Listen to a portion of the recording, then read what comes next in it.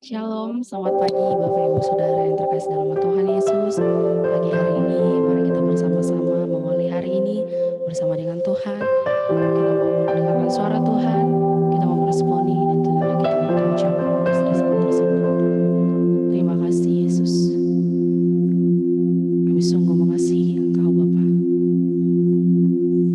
Engkaulah Tuhan bagi kami. Engkau Raja di atas segala raja. Engkau Bapa yang layak terima pujian kami.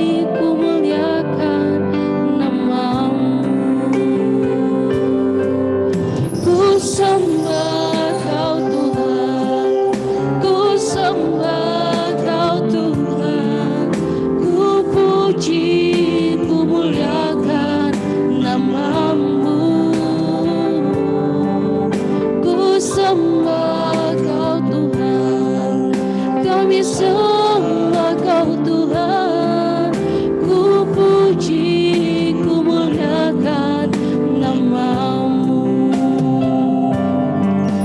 Ku sembah Kau Tuhan, ku sembah Kau Tuhan, ku puji, ku muliakan nama-Mu. Ku sembah Kau Tuhan,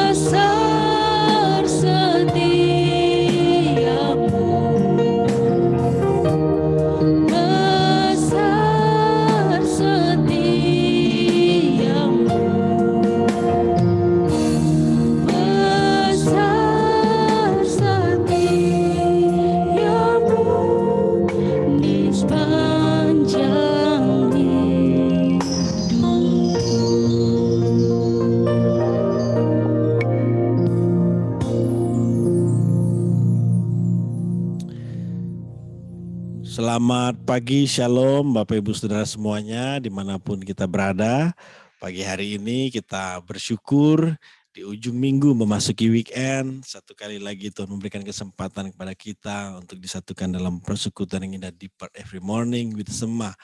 Pagi hari ini ada bersama dengan kita hambanya Bapak Pendeta Dr. Ruli Simorangkir yang akan membawakan renungan pada pagi hari ini. Terima kasih Pastor untuk waktunya, kami persilahkan. Tuhan Yesus mengasihi kita semua.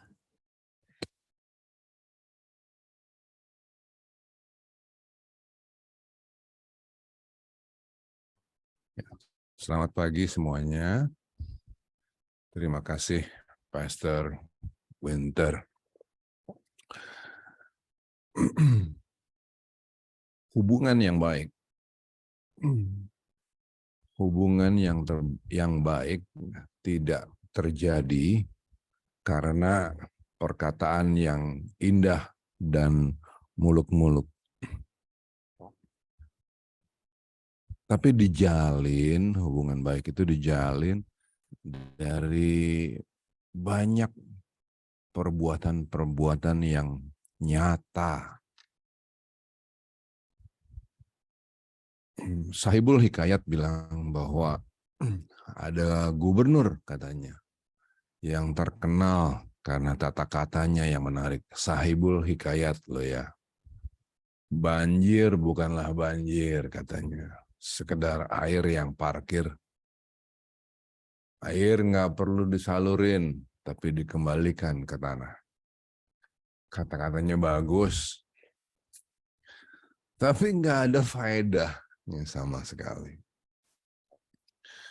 Perkataan yang kita ucapin bisa menarik perhatian orang. Tapi bagi Tuhan yang memeriksa hati, hanya tindakan yang menarik perhatiannya. Israel dipilih oleh Allah, kekasih-kekasih hati Tuhan yang dijagai luar biasa, dibawa keluar dari Mesir, diibaratkan sama Tuhan, dibawa masuk ke kebun anggur. Tapi semuanya itu dilakukan oleh Tuhan dengan maksud supaya Israel jadi contoh bagi bangsa-bangsa.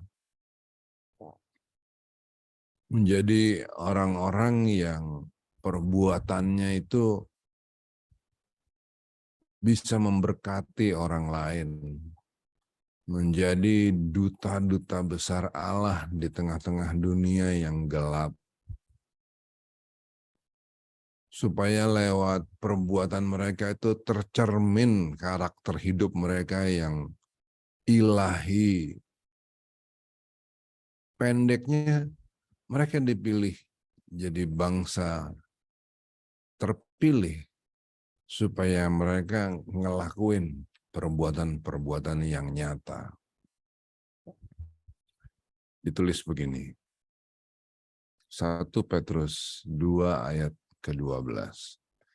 Milikilah cara hidup yang baik di tengah-tengah bangsa-bangsa bukan Yahudi. Supaya apabila mereka memfitnah kamu sebagai orang durjana, mereka dapat melihatnya dari perbuatan-perbuatanmu yang baik dan memuliakan Allah pada hari Ia melawat mereka. Ya. Prinsipnya setiap perbuatan orang percaya merefleksikan siapa Tuhan kita. Bayangin nggak? Saya ulang dulu ya. Setiap perbuatan orang percaya merefleksikan siapa Tuhan kita.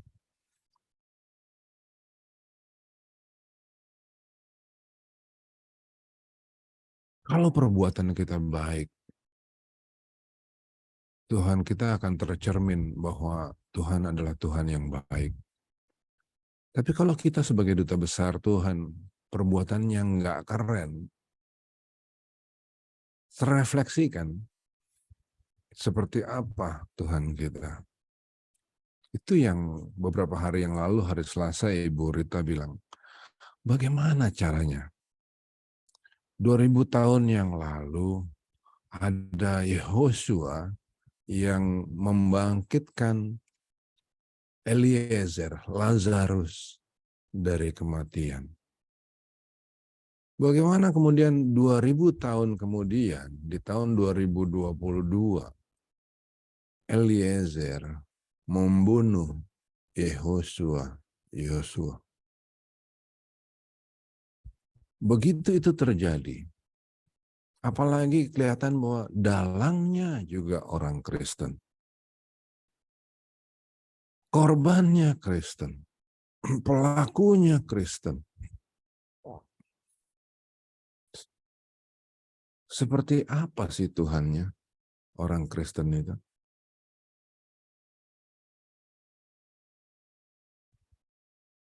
Kan jadi kacau kan? Jadi mestinya dari kecil gitu ya, dari kecil kepada kita-kita yang apalagi punya nama-nama hebat gitu, nama-nama Kristen yang hebat, Eliezer, Yosua. Udah diajarin kali dari kecil banget. Udah diajarin, namamu tuh artinya begini. Maka inilah yang kami harap supaya kamu lakuin dalam hidupmu. Gitu. Mama ngasih nama ke saya, berat banget. Nama saya Mesaya, Ruli Mesaya Simorangkir. Dulu waktu saya kecil saya nggak tahu apa sih maksudnya Mesaya. Bapak berapa kali ngomong sih, Mesaya itu artinya Mesias. Bagaimana?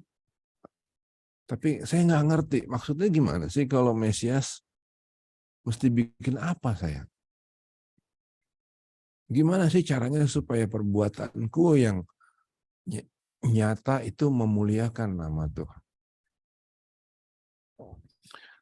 Dalam pendidikan Israel, ya, saya baca di dalam buku-buku etika Yahudi, anak kecil dari kecil diajarin betul-betul untuk gimana caranya hidupmu memuliakan nama Tuhan. Ada judulnya, Kiddush Hashem.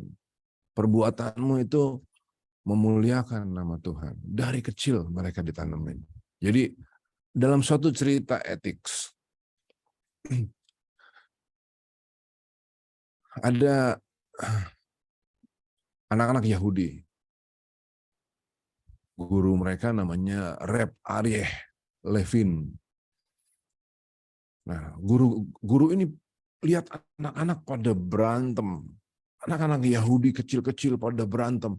Namanya nama-nama yang keren-keren, nama-nama Tuhan. Nama-nama yang harusnya melalui perbuatan mereka yang nyata nama Tuhan dimuliakan. Anak kecil pada berantem. Terus gurunya tadi, Mr. Levin, lihat anak-anak itu berantem. Dipanggillah anak-anak itu. Saya ingat zaman dulu kalau kita berantem apa yang terjadi sama kita? Dimarahin, disetrap. Nggak boleh balik ke kelas, disuruh duduk di ruangan suster. Kalau nggak disuruh bikin barisan di luar, panas-panas, dihukum, selalu dihukum. Tapi cara mereka nggak gitu. Dipanggil, di sana mereka dibacain bagian-bagian Talmud yang jelasin tentang Kiddush Hashem, memuliakan nama Tuhan dalam hidup. Jadi dalam kesempatan seperti itu yang dibikin adalah mengajar. Coba. Diajar lagi. Dimarahin itu penting, iya betul. Tapi daripada sekedar dimarahin, dijejerin, di bawah panas-panasan, nggak boleh masuk ke kelas.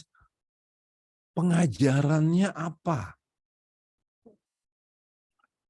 Bagaimana dengan kita di rumah? Anak sering bandel mungkin, ngelawan ini itu.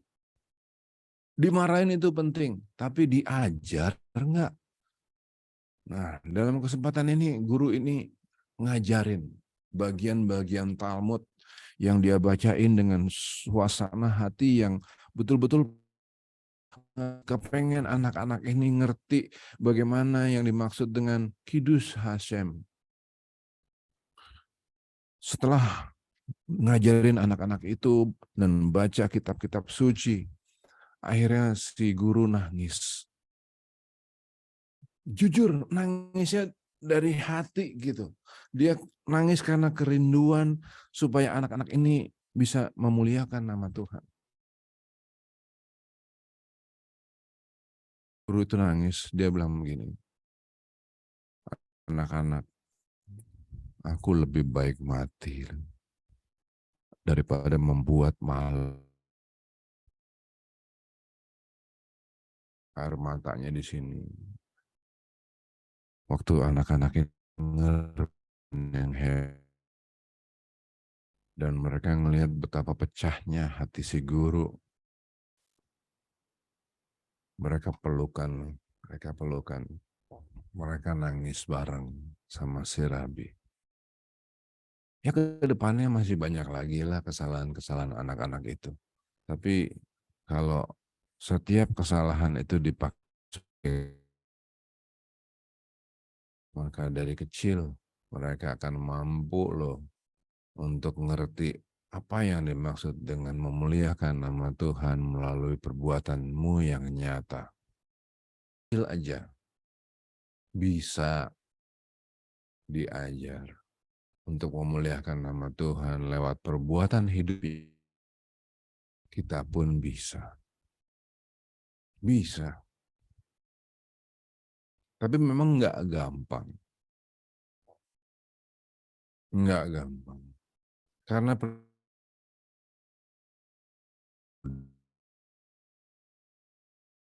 ini ada satu tulisan bagus banget dari Peter S. Chris, orang Bali. Lucu, dia bilang begini. Perairan dangkal bukanlah tempatmu, katanya. Lucu ya. Ulang dulu ya. Perairan dangkal tempatmu. Seringkali mengikut Yesus menuntut kita untuk bergerak ke perairan yang dalam. Ya, hidup dalam iman yang benar seringkali adalah tantangan. Banyak orang yang datang kepada Tuhan, tapi takut untuk ngelakuin yang benar. Karena memang melakukan yang benar adalah suatu tantangan. Kita bisa kehilangan kenyamanan, bisa dianggap orang fanatik, dan lain-lain.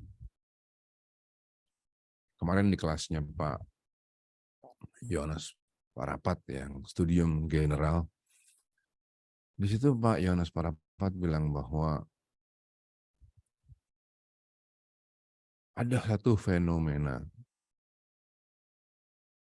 yang dalam acara itu disebut sebagai pelecehan spiritual di gereja. Banyak orang yang sebetulnya tahu bahwa iya sih, ini terjadi suatu pelecehan spiritual. Ada tindakan-tindakan yang nggak benar yang dilakuin di gereja. Tapi apakah orang berani untuk bersuara? Belum tentu. Kenapa? Karena bersuara, menegur kesalahan, bisa berakibat. Tapi prinsipnya orang percaya nggak pernah diharap untuk sekedar berenang di air dangkal. Nggak pernah.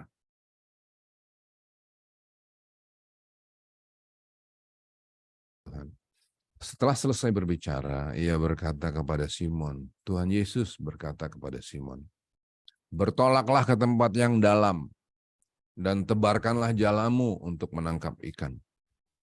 Simon masih sempat jawab, Guru, setelah sepanjang malam kami bekerja keras dan kami tidak menangkap apa-apa. Ini juga kami udah capek, Guru. Sekarang Guru nih, kita nih lagi ada di perairan yang cetek. Masa harus ke tempat yang dalam sana, jauh lagi ke sana sih? Tapi Simon Petrus jawab, tapi karena engkau menyuruhnya, aku akan menebarkan jala juga.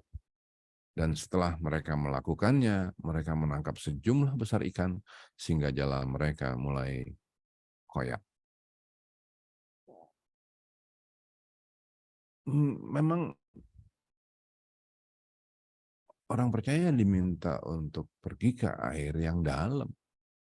Dan di sana mungkin banyak tantangan. Tapi bukannya anak kecil ya, yang berenangnya di pinggir-pinggir, pakai ban. Ya nggak sih? Mana ada juara Olimpik, kejuaraan Olimpik berenang, terus di pinggir-pinggir gitu orangnya, pakai ban. Nggak ada kali. Untuk orang yang mampu berenang, orang yang mau jadi juara Olimpik, juara Olimpiade gitu ya, kan harus berenang di air yang dalam kali. Nggak mungkin lah dia di pinggir-pinggir pakai ban. Ada bebek-bebekan gitu. Dia berenang di pinggir pakai bebek-bebekan. Nggak bisa. Dia mesti ke tengah-tengah. Gimana sih? Mana ada juara Olimpiade di pinggir-pinggir? Begitu juga kapten kapal. Kapten kapal, oh I'm the sailorman, Papa and the sailorman. Tapi nggak berani berlayar di kapal yang jalan di samudra. Jadi gayanya I'm Papa and the sailorman, tapi beraninya cuma di danau. Danau ada tuh Danau Toba. Ombaknya juga kencang. Dalamnya luar biasa 500-600 meter. Itu juga dia nggak berani. Dia beraninya di kolam. Itu mah bukan kapten kapal. Nggak keren. Nah, Tuhan maunya kita pergi ke air yang dalam. Ada keindahan yang nunggu kalau kita berani bergerak penuhin panggilan Tuhan. Untuk Petrus, dia menjadi penjala manusia. Bagi kita, Tuhan akan merubah karakter kita. Ia akan membentuk kita menjadi manusia yang baru.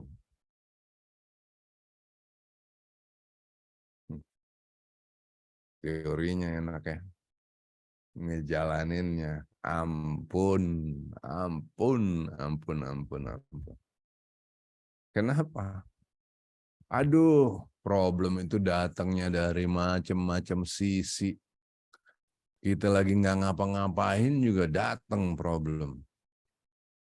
Dan kadang-kadang ya, yang bikin sakit sampai kita mau remuk tuh, benar firman Tuhan bilang ya, lidah ini meremukkan tulang. Kalimat-kalimat yang nyakitin itu benar-benar ngeremukin tulang, merenyak kita rasanya, iya kan? Sering nggak kita ngerasa gitu?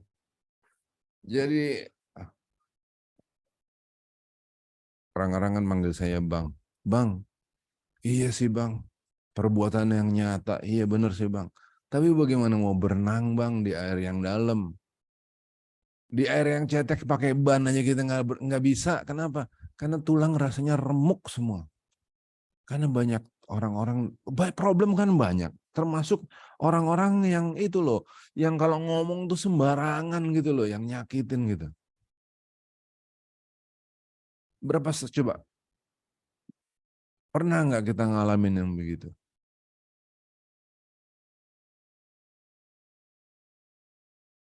Orang-orang yang seperti tulis dalam Wahyu ini. Pendakwa. Orang-orang yang pendakwa, Wahyu 12. Pendakwa-pendakwa yang siang dan malam teriak-teriak, nyalahin kita. Ngingetin kita, lu zaman dulunya gue inget lo. Kelakuan lo kan begini kan, begitu kan.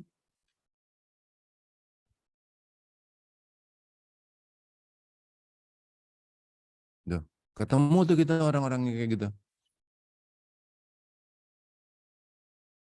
Pencemooh, pendakwa, orang-orang yang apapun prestasi yang udah kita kejar dengan susah payah, sama mereka jadi bahan cemoohan.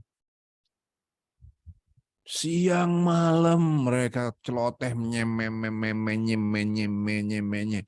ngomong tentang keburukan kita. Waktu itu pernah ada orang ngomong gini, tiba-tiba aja nih, nggak pernah ngobrol, nggak pernah ketemu sama orang itu, nggak pernah ngobrol, nggak pernah chat, nggak pernah telepon, nggak pernah ketemu, tiba-tiba kirim voice note, kau Rul, kan kau udah ambil tuh pendidikan sampai S3, sekolah apa namanya? Oh iya, tolologi. Jadi kau itu tololnya sampai S3 Rul gitu.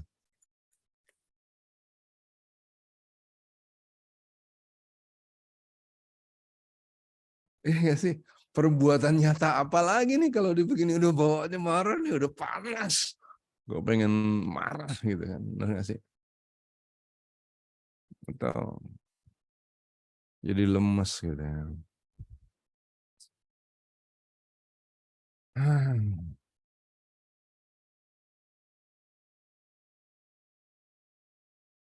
Tapi ya udah, memang berbuat nyata untuk Tuhan tantangan.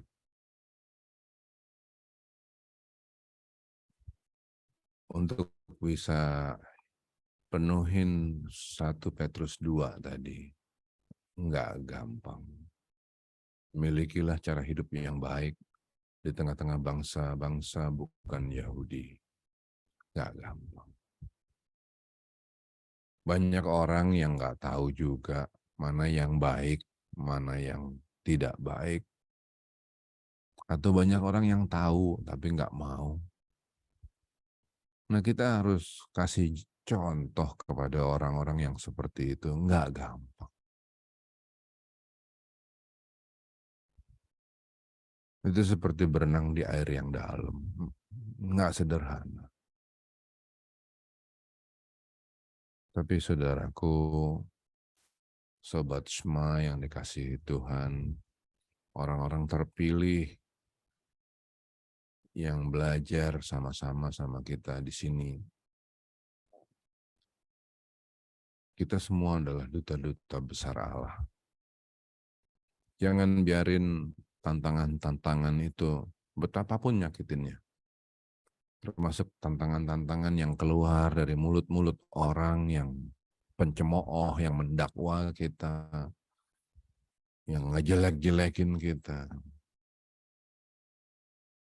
ngeremukin tulang-tulang kita, ngerusak pelayanan kita, ngerusak semangat kita belajar. Jangan sampai, biarin aja. Dah, karena kita memang sadar bahwa pelayanan itu susah. Kita sadar bahwa jalan dalam jalan Tuhan itu nggak gampang. Tapi suatu hari nanti, saya mau bacain ini, suatu hari nanti akan terjadi seperti ini. Dan aku mendengar suara yang nyaring di sorga berkata, wah, gegap gempita, sukacita besar. Gitu, ore, asik, luar biasa. Ada kalimat begini, suara itu berkata begini, sekarang telah tiba keselamatan dan kuasa dan pemerintahan Allah kita dan kekuasaan Dia yang diurapinya, karena telah dilemparkan ke bawah pendakwa saudara-saudara kita yang mendakwa mereka siang dan malam di hadapan Allah kita. Bayangin gak sih, dalam sukacita besar itu, kita ada di sana.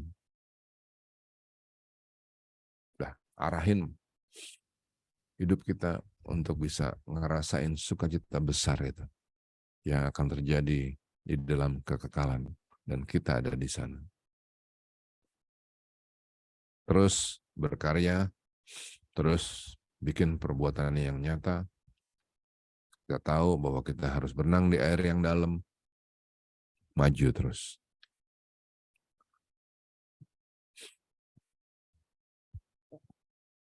kita tunggu karya nyatanya.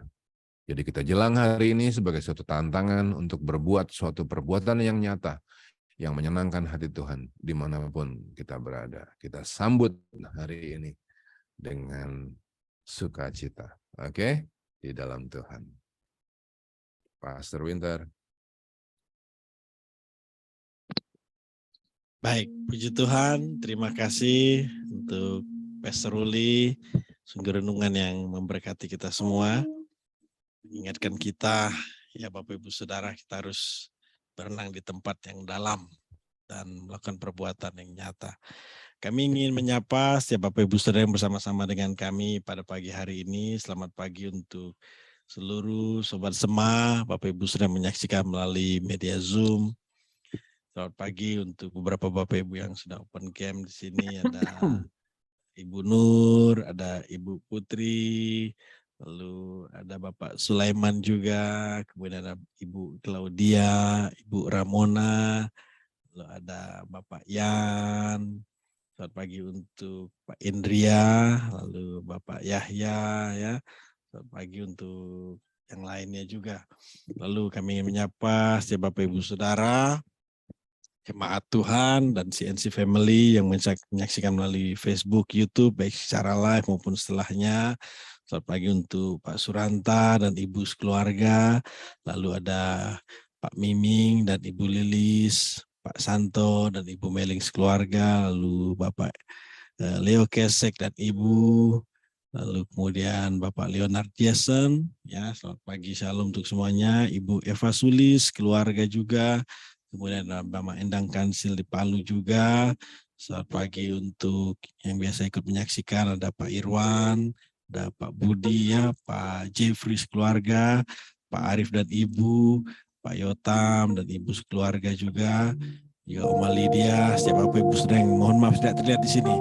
Percayalah setiap kita orang-orang yang dikasihi Tuhan. Mari kita tutup di prayer every morning pada pagi hari ini. Kasih Tuhan tak berkesudahan, Tak habis-habisnya rahmat-Nya, selalu baru setiap hari, baru setiap hari. Besar setiamu Tuhan, besar setiamu.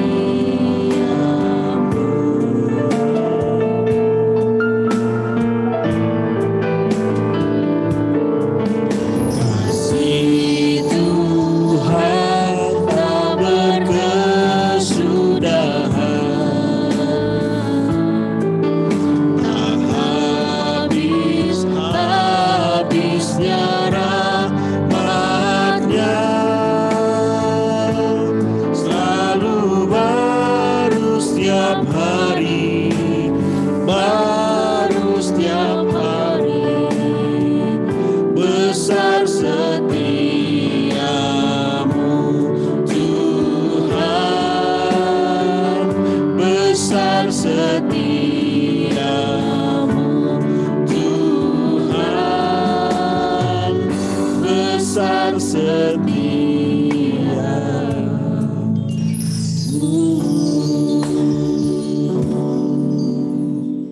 Biarlah melalui perbuatan baik yang kami lakukan setiap hari, Engkau semakin nyata disaksikan oleh banyak orang-orang di sekitar kami, Tuhan. Terima kasih untuk kebenaran firman yang menegur, menasihati, memimpin kami kepada kebenaran, mengingatkan kami bahwa kami orang-orang Kristen yang harus lebih dalam lagi mengikut Engkau. Kami tidak biasa-biasa, tapi kami sungguh-sungguh berjuang bersama dengan Tuhan. Terima kasih untuk Pak Pendeta Ruli yang sudah Engkau pakai pada pagi hari ini. Biarlah Tuhan senantiasa memberkati, menyertai hamba-Mu ini dimanapun berada, baik dalam kehidupan pribadi, keluarga, pekerjaan, pelayanan. Biarlah melalui seluruh kehidupannya nama Tuhan saja dimuliakan. Terima kasih untuk hari yang baru yang Kau sediakan bagi kami semua.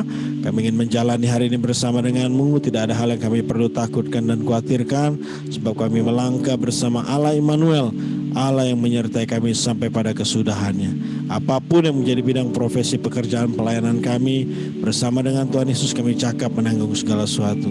Terima kasih Tuhan, kami berdoa satu hati, biarlah Tuhan membawa kami setiap hari, setiap saat dalam hidup kami, semakin hidup takut akan Tuhan, mengasihi Tuhan dan sesama, hidup dalam kasih dan kebenaran-Nya Tuhan. Sebelum kami berpisah, kami percaya Tuhan memberkati kami semua.